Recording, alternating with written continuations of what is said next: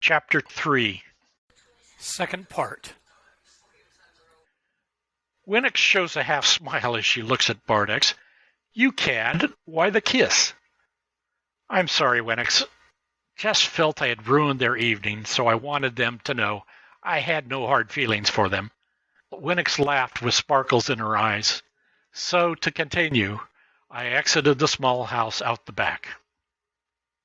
Bardex exits the house with a cloth bag containing the stones and runs away from the town towards the tree. Reaching the tree, he picks up his backpack and water canteen, jogging away, moving north. After a short time, he circled around and started heading south. After an hour, Bardex is walking with his backpack, weapon in his waist, and water canteen slung over his shoulder, across the dry bush-covered area. The dual moons provide sufficient light for his travels.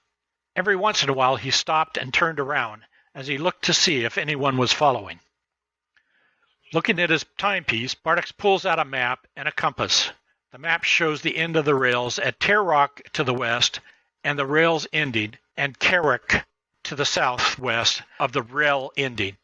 Compass showed Bardex heading southeast as his fingers trace a line to Terrok. Then turn back to the train. Should throw them off if they're trying to track me. Reaching Terrok, there was a question in Bardex's mind of if somehow he was tracked. Bardex hides behind a shack at the outer side of the train station, looking across dry open country, takes the last drink of his water, begins to brush off the dust. As he snacked on his last food, Bardex hears an announcement for all passengers to board the train.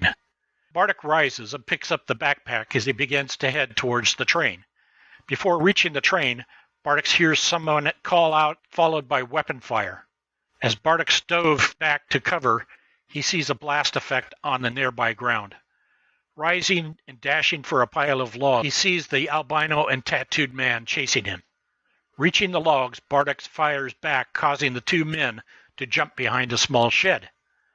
Returning fire started coming from both sides of the shed as Bardex realizes he was trapped and he wouldn't reach the train before it left. Bardex begins to fire at the shed where the two men are hiding. After a few shots, a fire erupted from the weapons blast, followed by a small explosion. The firing stopped from his assailants as the area is covered with smoke, although the shed was not yet destroyed.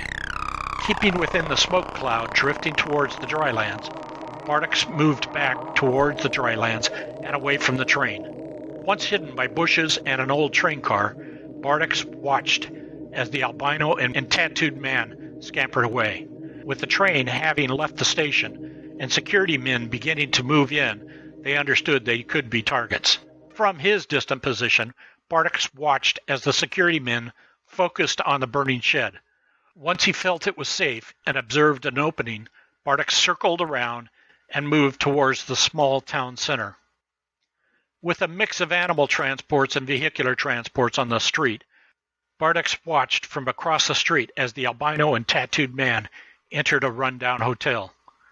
Finding an outside staircase, Bardex climbed to the roof of the building across from the hotel and found a place that would allow Bardex to observe the front entrance of the hotel and have a place to rest.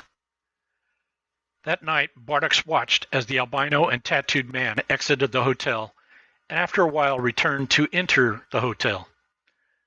After watching them enter and giving them time to head to their rooms, Bardex left his bags, climbed down to street level. Wandering the streets, Bardex soon found a small restaurant to get a meal. With his back against the wall and watching the entrance, Bardex had a good meal, something that he had not had in days.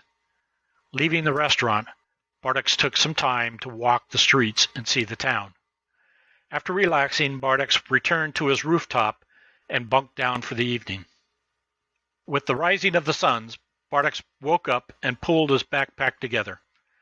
Looking out across the train yard, he sees a train has arrived and is positioning to leave town on the return leg of its ongoing and round-trip service. Looking across the street, he could see the windows where the albino and the tattooed man stayed were still closed and covered. Climbing down to street level, Bardex rushed to the train station. As he arrived, he suddenly saw the tattooed man sitting on a bench outside. He sat in a position to see anyone approaching the trains or station. Finding a hidden location in bushes, Bardex took aim and fired at the tattooed man, hitting the bench on his left. The man scurried to the right of the bench to find cover. Bardex took aim again, firing additional shots, hit the cover position to the left again and again. Finally, the tattooed man ran from the cover position, again to his left to a new cover position. The tattooed man began firing back at Bardex's general direction, although they were random shots. Bardex continued to drive the tattooed man to Bardex's right by his shots, appearing to leave a path on his left open for Bardex to pass through to the station. Security men started to emerge from the train station. Seeing the tattooed man firing, they began to converge on him as Bardex stopped firing.